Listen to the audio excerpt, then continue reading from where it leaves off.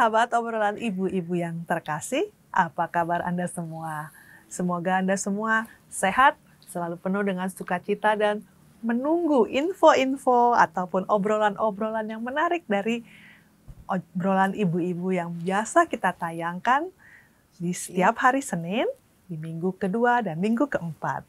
Iya. Sahabat yang terkasih, pada hari ini seperti biasa, saya ditemani oleh sahabat saya, Laurencia Fanny. dan saya Francisca Audrey, dan pada hari ini kita akan berbicara apa nih, Fanny? Ini soal kekinian. Pemuda dan kekinian nih. Itu generasi kita nggak ya? Sepertinya Masih ya? masih. Kita masih memakai loh. Oke, ya baik-baik. Dan kita sudah Kita punya narasumber yang kerap bergaul dengan pemuda-pemuda ya. Sahabat yang terkasih, sudah hadir bersama kita Romo Karolus Putranto Trihidayat Projo. Selamat datang Romo. Selamat datang. Halo Fanny, Audrey, dan sahabat obrolan ibu-ibu semuanya. Iya. Jadi kita hari ini ngomongin soal pemuda dan medsos ya Romo Yes. ya. Pemuda dan medsos. Tadi Audrey bilang kita masih muda. Masih muda. Masih mudah-mudahan. Iya. Aduh, memang Kalau selalu. Romo juga Masih muda. bukan ya, bukan pemuda ya, Saya pemudi. Salah ya. masih pemuda. Masih pemuda. Tapi kalau Tulen. kita lihat dokumen gereja ya, Christus Vivit itu bagus banget loh. Kemudaan itu tidak hanya masalah usia biologis. Iya. Barang siapa tetap dekat dengan Yesus, selalu muda. Setuju. Itu dia. Jadi kita Jadi harus tetap masalahnya dekat ya. deket ya. Nah, itu. Kita harus tetap dekat. Mau dekat nggak dekat, kita harus punya keyakinan bahwa kita dekat. Iya nggak, Romo? dong, Gitu dia loh. selalu dekat kok. Nggak Iya. tergantung dari apapun kita, dia selalu dekat dengan kita. Maka kita selalu muda. Selalu muda. Yes. Ya, Siap. jadi kita boleh membahas karena kita sendiri juga berkecimpung atau memegang itu terus ya, Betul, Romo ya. Gitu. betul. Kita membutuhkan juga Yes. gitu loh ya. Jadi kayak begini loh ya Romo ya. Memang gitu ya, kita pakai nih ya tetap gadgetnya itu ya yang berfungsi sebagai medsos kita. Dan di era sekarang yang kita sebut pemuda-pemuda ini gitu ya, Iya. yang bisa jadi anak-anak kita ini, kita sebagai orang tua itu jangan cuma judge aja. Lu main ya itu Romo. Ayo Romo. Gimana sih kalau dari perspektif ya Romo ya. Ini kalau saya lihat ya, mulai melek mata loh ya. Mulai melek mata loh mereka itu ya. Turun, Mama ada sarapan nggak? Sambil ini dia nggak peduli apa yang dikasih Dia kan. nggak ngeliat emaknya lagi apa gitu ya. Sambil begitu, scrolling apapun lah gitu ya. Iya. Itu dia. Gereja sudah, ini ada fakta menarik. Bukannya mau sombong atau mau pamer. Enggak. Tahu. Romo Wood nggak suka pamer. Bukan begitu. Iya. Tapi lembaga keagamaan pertama yang mengeluarkan ajaran dokumen tuntunan resmi ya, terkait dengan lingkungan digital ini, terutama AI, itu adalah Gereja Katolik. Iya. Dan ajaran Gereja Katolik ini yang dinanti-nanti oleh lembaga keagamaan lain katanya. Menjadi Dan panutan menjadi ya. menjadi tolak ukur, referensi ya itu. Ya, itu tidak bisa dipungkiri karena kan inti dari iman kita kan mewartakan. Pergilah, wartakanlah Injil. Maka yang namanya masalah komunikasi, pewartaan itu DNA dalam iman kita ya. Tidak heran masalah komunikasi dari dulu sampai sekarang itu tidak jauh dari iman kita. Contoh sederhana. Yang namanya sinyal radio, itu kan pertama kali diuji cobakan dari menara di Vatikan, receivernya di Amerika, benua Amerika. Jadi bagaimana orang berkirim pesan, suara, itu pertama kali oleh, siapa namanya ya, saya lupa, Ferni atau siapa, gitu orang Itali. Bukan Fanny ya. Bukan Fanny sayangnya. Dari menara di Tahta Suci di Vatikan, sinyalnya, penerimanya di Amerika. Itu sinyal radio pertama di dunia. Maka untuk hal komunikasi, gereja itu sangat concern. Karena ini soal pewartaan, juga soal bukan hanya penceritaan dalam arti supaya kelihatan baik, enggak, tapi citra dalam arti menyampaikan pesan. Ya. Nah, itu. Maka termasuk juga di AI ini, termasuk juga di media sosial seperti ini. Kalau kita lihat dokumen gereja terkait dengan kaum muda, itu dikatakan anak-anak muda itu salah satu lingkungannya adalah lingkungan digital. Ini lingkungan digital, bukan sekedar alat ya, tapi lingkungan, artinya apa? Habitat. Seperti halnya ikan, itu kan nggak bisa berenang kalau nggak di air. Dia akan mati kalau keluar dari air.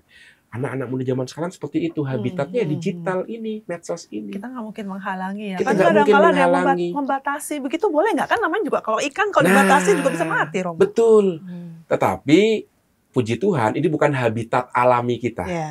Ini habitat budaya. Maka disebut lingkungan budaya.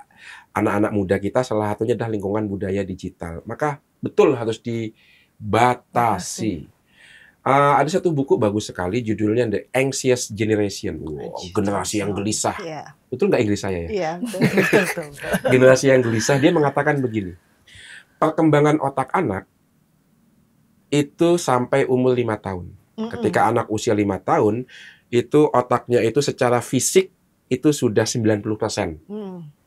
Nah, 10%-nya apa? 10%-nya melalui pembiasaan. Maka kalau anak dari 5 tahun sampai masa pubertas dibiasain misalnya memanah, maka nanti neuron-neuron otaknya akan berkembang sesuai dengan kebiasaannya itu ya. Maka dia akan cepat memanah karena tumbuh neuron memanah di otaknya. Kalau dari 5 tahun sampai pubertas anaknya dibiasain misalnya berkuda, ya udah saraf neuron berkudanya itu juga akan berkembang sehingga anak terampil berkuda karena dibiasakan membentuk klaster neuronnya itu.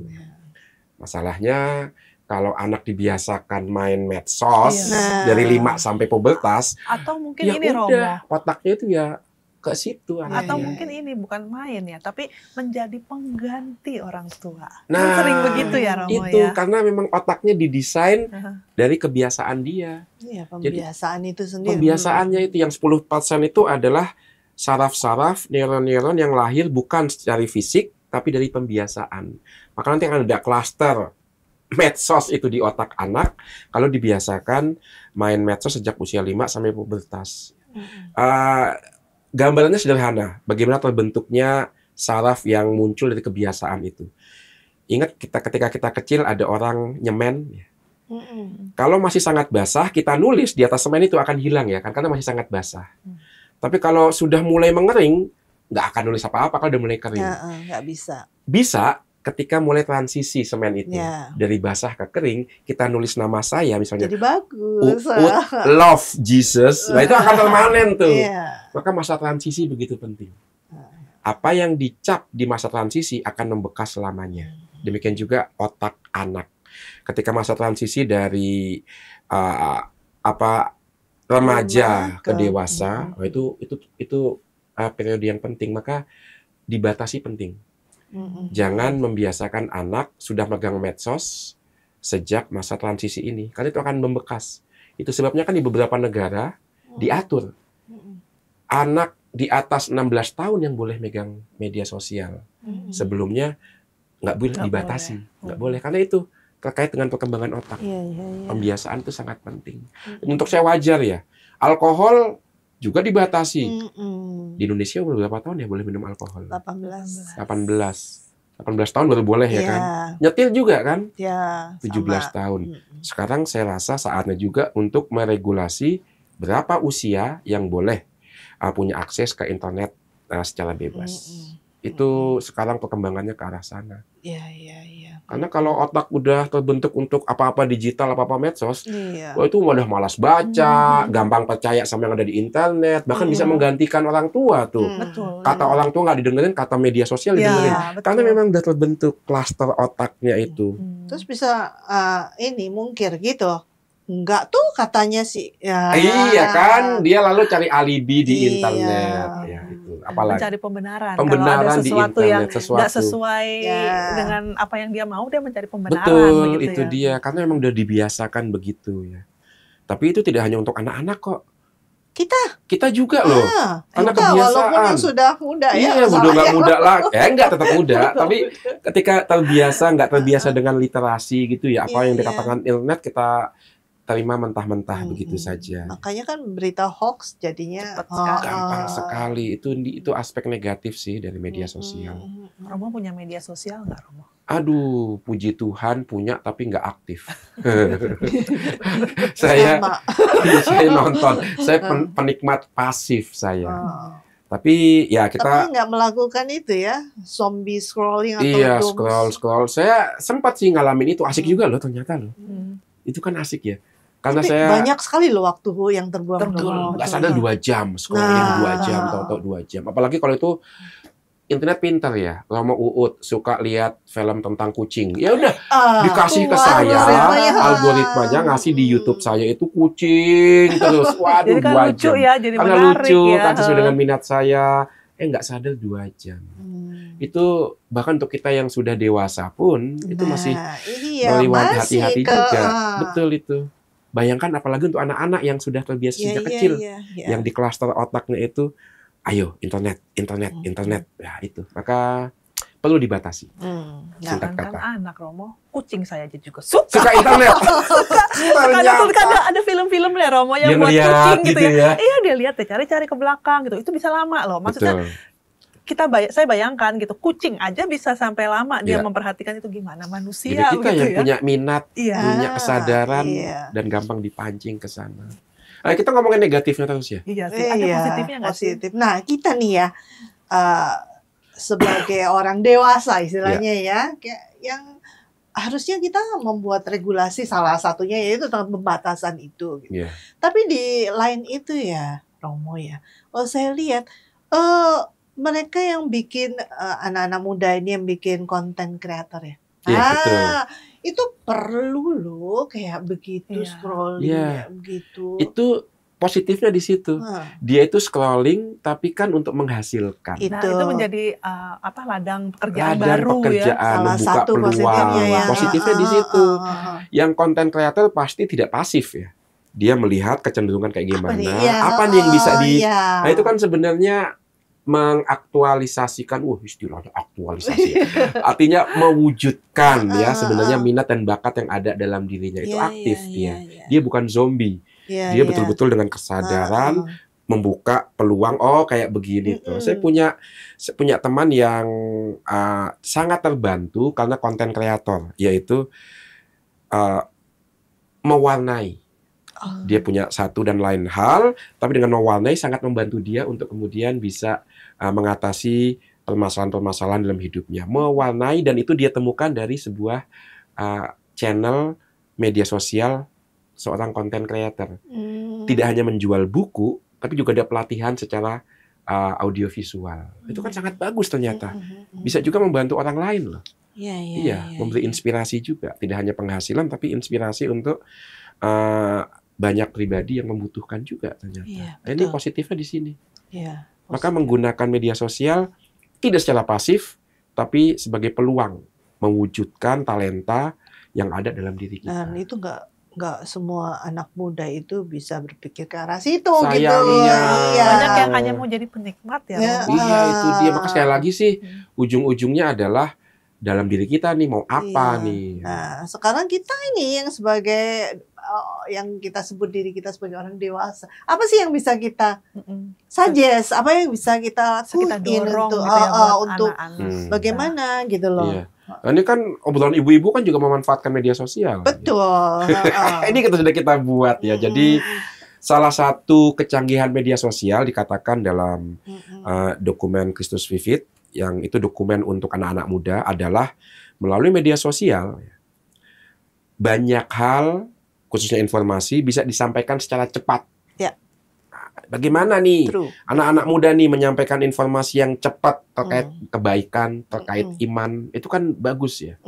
Saya punya kenalan seorang anak muda, dia memanfaatkan media sosial untuk menyalurkan donasi bagi pembangunan gereja di tempat-tempat terpencil. Itu kan luar biasa itu. Ya, saya tahu. Tahu ya?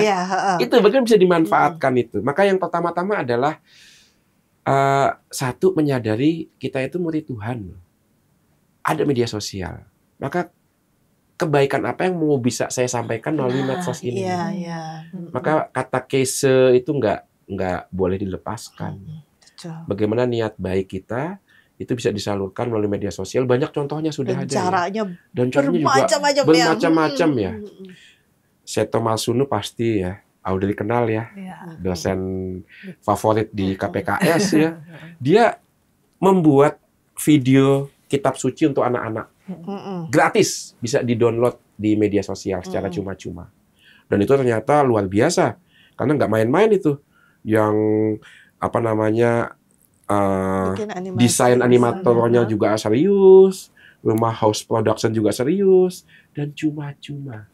Makanya memang tergantung dari aku mau pakai apa nih untuk media sosial. Dan aku punya niat apa sehingga bisa kuwujudkan dengan media sosial ini. Karena seperti tak terbatas loh ladangnya loh. Itu. Kita mesti manggil anak-anak ini untuk mendengarkan bagaimana ya biar mereka tergugah gitu ya, Romo. Iya. Lagi berpikir gimana ya caranya gitu loh biar waktunya kalian bangun melek tidur itu sebenarnya kalau bisa membuat sesuatu itu kan lebih baik daripada scrolling 2 jam kebuguhan. Betul. Maka kita berhadapan dengan sebuah situasi yang mendorong kita untuk mencari memotivasi sebenarnya. Ini sebenarnya tugas motivator. Jangan hanya scrolling, karena scrolling itu kan salah satu yang negatif. Ya? Siapa motivator? Scrolling itu kan bisa jadi bentuk kecanduan sebenarnya. Betul. Sebentuk kecanduan. Ayo mandi. Gimana cara merubah? Iya, itu dia. Scrolling itu menjadi sesuatu yang positif. Sesuatu yang positif ya. Mengubah sampah jadi berkah. Mengubah scrolling menjadi acting. Itu kan bagus ya. Tagline itu ya, mengubah scrolling menjadi acting. Saya pernah dalam sebuah rekoleksi saya bertanya kepada anak-anak SMP, siapa yang scrolling media sosial di atas 10 jam? Banyak, lebih dari setengah. Yang hadir 10 jam. Anak-anak SMP. Bagiannya gimana ya sekolahnya berapa? Nggak tidur dong. Mungkin 10 jam nggak nonstop kali ya. Gitu. Sambil ngapa-ngapain 2 jam. Terus tapi kan ditambah sekolah gitu. Bisa bilang hampir nggak tidur. Hampir nggak tidur loh, 10 jam. Setiap hari. Lalu yang di bawah 5 jam itu sangat sedikit. Artinya mayoritas di atas 5 jam semua scrolling. Dan itu memang gejala zaman sekarang ya. Tidak hanya anak-anak, saya yakin juga orang dewasa, dan itu sangat mengurangi konsentrasi. Konsentrasi orang dewasa di Amerika itu paling bentar 4 menit. Untuk satu fokus. Setelah 4 menit ke HP. Lihat bagaimana pengaruhnya. Nah, sekarang bagaimana HP ini bisa kita pakai untuk ngembaliin anak ke dunia nyata. Jadi kita tidak memusuhi, tetapi kita mendorong untuk kembali ke karena anak-anak memang saya katakan habitat budayanya begitu. Kita nggak bisa memusuhi, tapi satu kita bisa batasi, 2 kita isi media sosial dengan konten yang menarik dan membawa anak untuk kembali ke dunia nyata. Justru karena sangat kita punya tugas sekali. Kita punya tugas ya membuat konten-konten yang menarik untuk supaya anak kembali begitu ke ya. dunia nyata. Konten itu. apa yang apapun enggak, itu, justru gitu. karena sekarang ini sangat menariknya tuh si medsos sampai mereka itu seperti ketagihan gitu loh, Romo. Nah, kita makanya kita harus membuat konten yang menarik supaya mereka kembali ke gitu. dunia nyata. Contohnya ya konten-konten yang bagaimana teman-teman di penjara lah ya. Teman-teman di penjara itu di satu lembaga pemasyarakatan kan? Mereka nggak boleh kan? Bisa ya. Ketika kita ekaristi itu bisa divideoin dan bisa diunggah ke YouTube. Boleh mereka ya. Ya, jadi bagaimana misalnya ya menyajikan pelayanan-pelayanan yang punya daya tarik, bagiin makanan ke. Ini tentu bukan konten yang sok heboh tapi yang betul-betul ikhlas dari hati. Ini ada banyak orang yang kekurangan loh di sekitar kita loh, misalnya seperti itu. Atau kalau saya suka kucing ya, itu kan banyak konten rescuer dari kucing-kucing. Itu kan bisa menarik minat juga orang untuk kemudian walaupun mungkin tidak langsung mengubah kebiasaannya scrolling, tapi kolekte minggu ini saya kasih ya buat donasi buat rumah shelter para kucing. Boleh nggak ya? Boleh. Kolekte untuk kucing-kucing. Mestinya boleh, tapi boleh, saya nggak tahu. Romo nggak tahu. Kemudian dia, saya mau menyisihkan uang saya untuk misalnya ke kucing-kucing. Itu untuk kucing loh. Tapi kehidupan juga, kan? Kehidupan juga. Laudato Si kan penghargaan pada kehidupan. Saya rasa bisa itu ya. kayak gitu. Jadi media sosial dipakai sebagai pintu masuk untuk hal-hal konkret yang bisa dibuat oleh anak-anak itu ya. Misalnya seperti itu. Itu banyak dibuat sebenarnya. Sudah kita katakan di awal tadi, donasi untuk gereja-gereja di pelosok ternyata banyak yang menjadi donatur ya. Tidak, ya itu kan di Samadhi kan juga buat itu ya. Iya. Haheho itu kan ya. OKS, apa namanya? OKS masih singkatannya saya lupa. Opera komedi Samadhi ya kan. Itu kan juga memanfaatkan medsos, mendorong orang melihat medsos lalu do something. Itu bisa seperti itu sih. Iya. Saya yakin medsos bisa jadikan kawan, tidak hanya lawan, tapi juga kawan. Ujungnya gitu. Iya. Oke. Sahabat obrolan ibu-ibu yang terkasih, kita jeda sejenak. Dan kita akan kembali untuk ngobrol lebih lanjut di sesi yang kedua.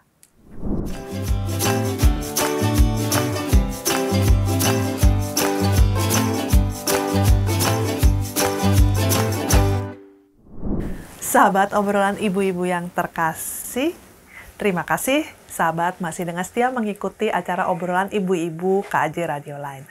Masih bersama dengan saya Francisca Audrey, Laurencia Fani, dan tamu kita yang luar biasa, Romo Uut. Romo, kita mau lanjut lagi ya obrolan kita. Sekarang nih makin banyak mengenai ini Romo, artificial intelligence gitu loh. Betul. Nah, itu tuh nanti tuh bisa mengalahkan semuanya. Saya tapi nggak tahu mesti ngomong apa lagi. Semua bisa digantikan ya. Tapi ya seperti media sosial, ya, gereja jelas tegas mengatakan media sosial tidak pernah bisa menggantikan relasi sosial fisikal. Virtual tidak bisa menggantikan yang fisikal. Bukan berarti virtual nggak real, tapi dia nggak fisikal ya. Ingat kita kan manusia jiwa raga. Virtual itu hanya jiwanya. Tapi badannya, maka virtual itu belum manusiawi. Bukan berarti kita mengagungkan yang fisikal, enggak. Tetapi kan badannya kan ekspresi jiwa. Maka kalau ketemu langsung seperti ini nggak akan pernah bisa digantikan yang virtual. Demikian juga AI, sehebat-hebatnya AI nggak pernah bisa akan menggantikan kapasitas manusia seutuhnya, nggak akan bisa ya.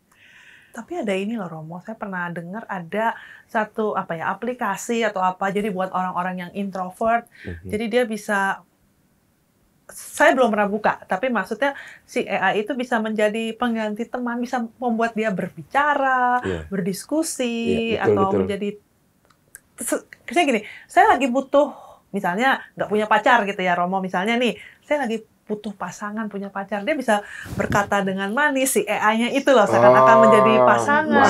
Nah, kayak gitu tuh gimana ya? Saya bisa bayangin tuh, saya pernah, walaupun bukan aplikasi AI untuk menghalau kesepian saya ya, ketika mulai muncul yang namanya asisten, apa namanya ya, voice assistant gitu kan ya. Ketika muncul pertama kali saya gitu ya, pakai tuh kan. Saya pakai misalnya, halo gimana kabarmu? Ya sebaik-baik aja, dijawab gitu sama mesin kan. Terus saya bilang, kamu kok nggak pinter sih? Dijawab juga sama mesinnya. Iya begini kelakuan saya, tapi kalau diajak ngobrol saya akan makin pinter, katanya mesin itu. Ya, saya pernah ngobrol juga dan memang menarik gitu ya. Interaktif ya. Ada interaktif dan dengan AI saya yakin jauh lebih interaktif dan nuansa emosinya juga jauh lebih terasa. Tapi ya sesuai dengan apa yang dikatakan dokumen gereja, ya sehebat-hebatnya AI harus dipilih penggunaannya untuk apa. Ketika penggunaannya untuk meningkatkan kemanusiaan kita, mendukung kemanusiaan kita, silakan dipakai. Maka kalau untuk menemani kesepian, ya sejauh tidak menggantikan ya, perjumpaan dengan sesama, silakan dipakai untuk membantu. Tapi tidak pernah boleh untuk menggantikan perjumpaan manusiawi secara langsung. Maka sejauh itu untuk meningkatkan kemanusiaan kita dipakai. Maka gereja tidak akan mengizinkan misalnya AI untuk mendapatkan target ya. Seobjektif dan sedetil mungkin ketika diluncurkan senjata, enggak akan didukung. Itu jadi AI banyak dipakai juga untuk membantu meningkatkan kehidupan manusia kan. Untuk operasi, untuk kesehatan, itu bidang kesehatan terutama ya, itu sangat dahsyat dampaknya. Itu silakan dipakai. Tapi untuk interaksi sosial, ya untuk nemanin ngobrol, untuk saya sih no problem. Saya juga kadang-kadang kalau iseng-iseng ngerjain Siri atau ngerjain Google Voice, ya kerjain aja dia. Ya, kadang-kadang, tapi nggak pernah marahin saya. Asisten intelijen itu sabarnya minta Baik ampun. ya Romo. Terus setia nggak bakal bocor. Nggak akan ya itu dia, nggak akan siapa tahu. Kita nggak tahu. Kita nggak tahu, jangan-jangan data kita. Iya loh, kita nggak tahu loh, dia masuk cloud yang menguasai kan, yang pegang kunci adminnya ya. Ya sih, kalau ke Avani pasti nggak dibocorin ya. Ya. Tapi ke pemilik provider ya pasti kita nggak tahu juga. Maka tetap hati-hati sih. Karena ini kan kalau ya sederhana, saya tidak ahli di bidang teknologi ini, tapi kan apa yang dijawab oleh AI itu kan apa yang kita berikan ya. Iya betul. Betul. Jadi makin kita banyak ngisi ya makin pintar dia. Romo, ada satu cerita lucu loh Romo ya. Jadi satu ketika kita pertemuan lingkungan nih ya sama teman, terus teman bilang, oh pakai AI, pakai itu tuh yang lagi ngetop itu ya Romo ya. Terus dia iseng, tau nggak? Dia masukin apa pertanyaan di AI? Cari jodoh di mana gitu ya Romo. Terus tapi kan mungkin ketahuan ya profil dia ya Romo ya. Profil dia mungkin sering scrolling yang algoritmanya kebaca ya, kebiasaan dia ya. Dijawab apa Romo? Ke gereja. Disuruh ke gereja, bagus banget terus itu. Disuruh ke pertemuan lingkungan, kayak gitu. Bagus. Makanya kita sampai ketawa gitu ya. Wah hebat juga, dia tahu, bahkan tahu algoritma orang itu gimana. Itu baik. Begitu ditanya gimana cari jodoh, dijawabnya begitu. Ke gereja, iya itu baik, itu berarti orang itu karena men-scroll orangnya karena dia menggunakan internet untuk gereja, lingkungan, bukan yang macam-macam. Iya. Bagus loh itu. Lihat bagaimana AI adalah cerminan kita sebenarnya ya kan. Kalau kita pakai medsos untuk yang kayak gitu-gitu ya jawabannya kayak gitu-gitu juga ya. Sebenarnya kan AI itu kayak ruang gema. Kita meneriakan A, yang mantul A. Sebenarnya kan begitu sebenarnya AI itu. Jadi ya berguna sejauh memang membantu kita untuk hidup lebih baik. Bahayanya AI itu adalah satu bahayanya bikin kita malas gitu. Bikin kita malas. Ya kalau kepepet nggak apa-apa lah, tapi jangan kepepet terus ya. Kalau kepepet terus nggak punya jadwal ya. Sepertinya begini ya Romo ya. Untuk referensi dan lain-lain itu kita sudah makin malas ya Romo. Iya. Kita serahkan ke AI. Itu oke sih kalau referensi. Ya kan? Sampai saham Romo. Saham gitu ya? Ada ya? Kalau pakai AI kan lebih cepat dapat segala macam berita terkini, tinggal kita mutusin ya apa enggak gitu doang. Iya. Betul. Kayak gitu. Maka iya, kalau saya kembali ke dokumen Christus Vivid itu ya, salah satu kendala dari AI atau media sosial pada umumnya adalah ada bahaya membuat kita dua hal paling enggak. Satu, budaya buang. Apa yang paling baru yang kita kejar, lalu yang lama dianggap nggak berguna ya.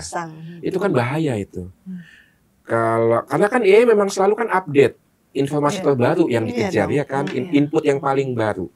Maka kalau kita mengejar yang baru ya sama aja lah, merek HP kan juga setiap tahun ganti ya. Ini yang harus kita waspadai, budaya buang istilahnya. Yang lama udah nggak berguna, yang baru yang paling baik. Gimana dengan lansia nanti? Ya kan? Lalu kita hanya menghargai yang muda-muda, yang seger-seger, yang lansia dianggap nggak berguna, lalu kesepian dong dia. Akhirnya tidak sesuai dengan tentu gereja mengajarkan lansia itu adalah anugerah dan penjaga pusaka tradisi. Itu. Maka hati-hati dengan budaya AI yang menonjolkan kebaruan, lupa bahwa yang lama itu adalah tradisi dan fondasi yang justru memungkinkan kita melihat ke depan. Yang kedua, itu budaya instan. Itu kan juga bahaya gitu, AI itu ya. Selalu memberikan jawaban di waktu yang cepat, tapi pertanyaannya adalah apakah itu bisa mengurangi daya juang dan daya tahan kita, kesabaran kita untuk searching dengan sabar, cross check, melihat benar apa tidak, ya itu hati-hati dengan paling enggak dua budaya ini, yaitu budaya buang dan budaya instan itu ya. Itu bahaya itu untuk anak-anak muda. Nah, kalau ngomongin bahaya enggak ya, mereka sudah kecemplung begini gimana? Iya dong. Nah, ini dia, mereka sudah kena ke budaya instan seperti itu. Lalu jauh-jauh lah ya.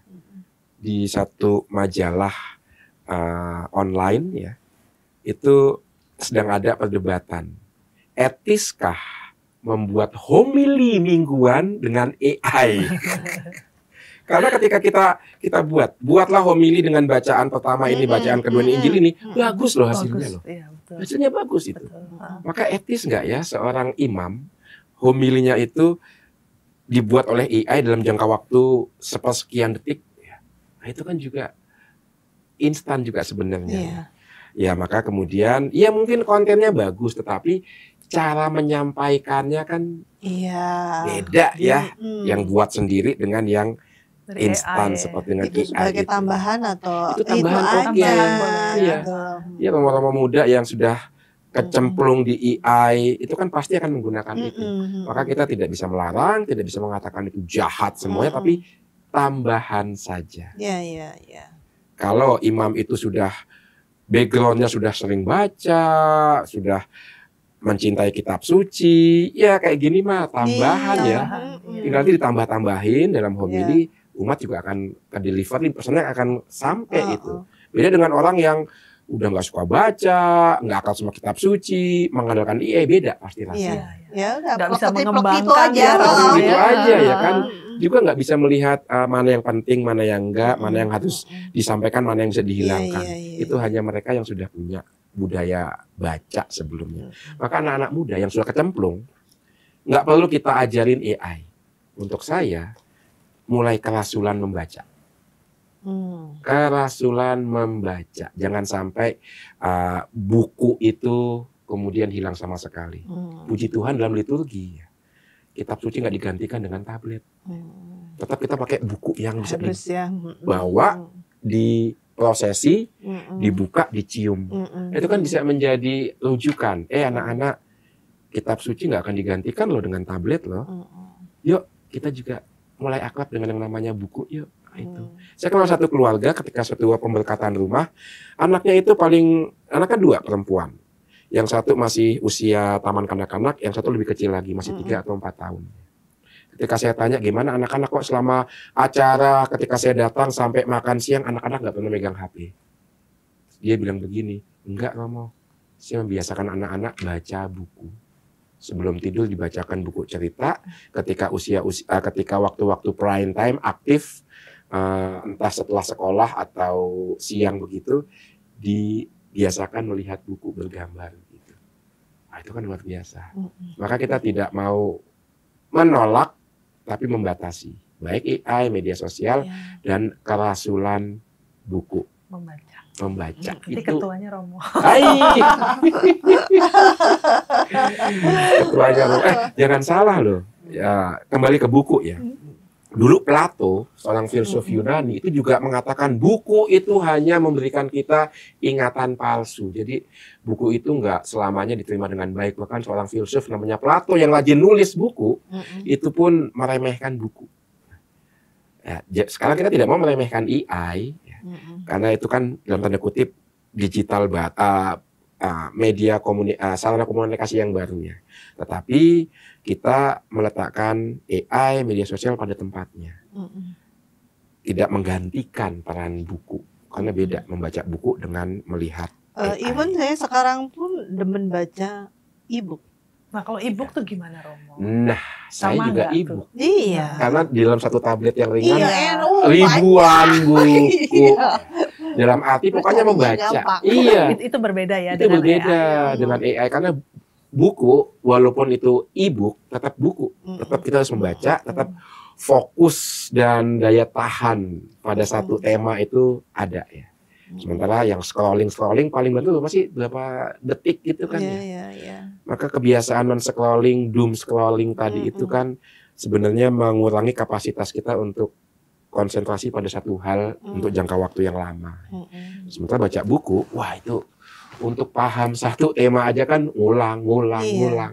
Itu apapun bentuknya, entah dan buku sering fisik. berasa kok bodoh sih, nggak ngerti. Persis Iya itu. kan? Kita merasa bodoh, merasa pengen belajar. Sementara scrolling itu membuat kita merasa paling tahu. Nah, ini ada ini juga, begini. Romo. Iya. Kalau saya ada ngomong sama beberapa mereka bahwa dengan sekolah mereka cepet banget kayak nggak baca. Ternyata mereka bisa membacanya Baca cepat.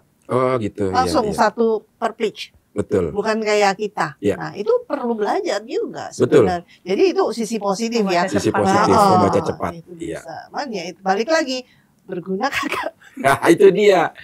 Kecepatan membaca itu baik. Tetapi akan bertahan juga berapa lama ya? Nah, ya. Iya kan? Easy come, easy go ya. Yang cepat datang, cepat pergi juga ya. Maka sekali lagi ada budaya ini nih, hati-hati dengan budaya instan yang memang cepat didapat tapi juga cepat hilang. Sementara kalau kita lihat apa yang bertahan itu kan ternyata yang memang diperjuangkan dengan kesabaran. Ya. Maka kita sekarang kurang menghargai pekerjaan para petani. Kita lebih melihat pekerjaan para selebriti yang dengan waktu cepat bisa mendapatkan sukses besar ya. Pekerjaan petani yang nunggu musim, yang nanam itu belum ada hama lagi ya. Belum kena hama. Ya. Padahal tanpa petani kita nggak bisa makan nasi loh. Terus mereka jawab, Romo, no, saya sekarang tidak makan nasi, toh protein aja. Protein dari mana datangnya? Hewan atau something. Siapa yang miara hewan? Import. Iya kan? Ternak juga butuh kesabaran loh. Kelahiran, ketika mengandung, dijaga. Ya itu. Kita lupa bahwa yang menjadikan kita hidup, yaitu bahan pokok, itu kita peroleh melalui pekerjaan orang-orang yang sabarnya luar biasa. Itu kita lupakan. Maka menarik dalam Hari Pangan Sedunia kemarin, gaji petani dan peternak itu di bawah UMR, di bawah tukang bangunan. Padahal dari mereka kita bisa hidup, bahan pokok kita. Karena model budaya digital yang lebih memperhatikan yang tenar, yang serba cepat, serba populer, lupa kita hidup di atas kesabaran banyak orang yang nggak dihargai. Kok jadi ngomong ke situ ya? Iya, pasti jadi sedih. Jadi sedih. Ya.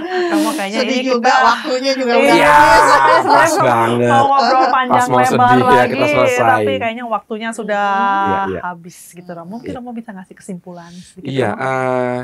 Iya, kesimpulannya adalah media sosial dan semua yang diberikan, kecanggihan artificial intelligence misalnya, itu bukan musuh.